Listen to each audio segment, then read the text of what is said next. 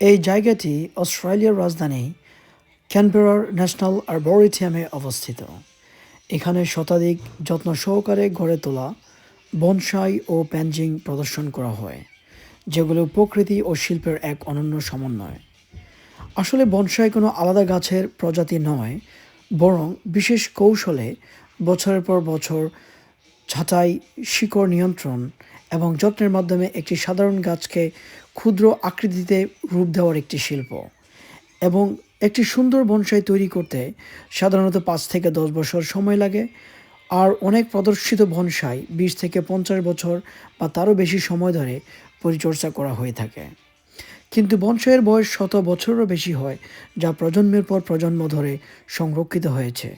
এই সংগ্রহশালায় জাপানি, চীনা এবং অস্ট্রেলিয়ান দেশীয় গাছ দিয়ে তৈরি বিভিন্ন ধরনের বনসাই দেখা যায়। প্রতিটি গাছ ধৈর্য, নিষ্ঠা ও শিল্পকলার এক জীবন্ত নিদর্শন। তবে সবচেয়ে অ্যামেজিং যে ব্যাপারটি, একটি নতুন বনসাই যার মূল্য হয়ে থাকে $30 থেকে $150, এবং ভালো মানের বনসাই তার মূল্য হয়ে থাকে 300 থেকে 2000, বিরল বা বহু বছরের পুরনো বনসাই যার মূল্য হয়ে থাকে $10,000 থেকে কয়েক লক্ষ ডলার পর্যন্ত।